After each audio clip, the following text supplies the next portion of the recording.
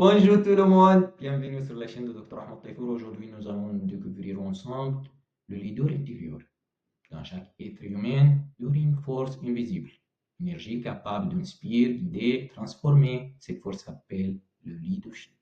Beaucoup pensent que le leader est une personne puissante, avec un grand bureau, autorité impressionnante, mais la vérité est plus simple. Le leader est celui qui décide.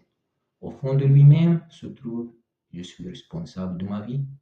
Qu'est-ce que le leadership? Le monde besoin le leadership n'est pas super-héros, mais des personnes capables d'inspirer les autres. Être leader, ce n'est pas être le plus intelligent ni le plus fort. C'est avoir un cœur, le courage, volonté et la capacité d'arrêter d'attendre les autres pour agir. Le leadership est influence sur la famille, amis, collègues, environnement. Être leader, c'est voir plus loin que les autres. Chercher des solutions au lieu de voir seulement les problèmes. Voir le meilleur dans les gens, de soi-même et l'avenir.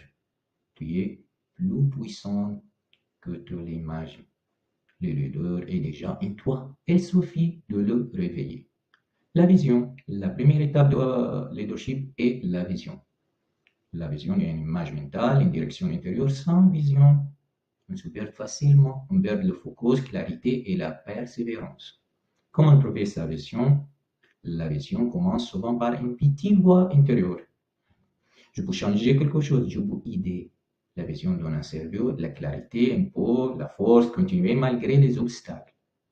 Après, le leader, never give up. Beaucoup de gens ont peur. Je ne suis pas assez intelligent, je ne suis pas assez fort. Mais le leader est celui qui inspire et montre la voie.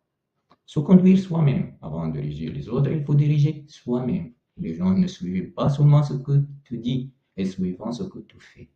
Être leader de soi signifie être responsable de sa croissance personnelle. Sortir de sa zone de confort. Avoir un plan, discipline et de la croissance. Un leader répète chaque jour: I can grow, I can learn, I am worthy.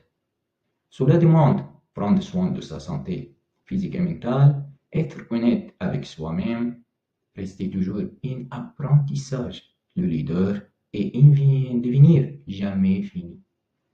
La confiance. La confiance n'est pas demandée, elle est méritée. On la gagne avec les actions, pas les mots. Transparence qui transforme les autres, partenaires en un ensemble suivant. 3. Persévérance, car la confiance est un processus continu.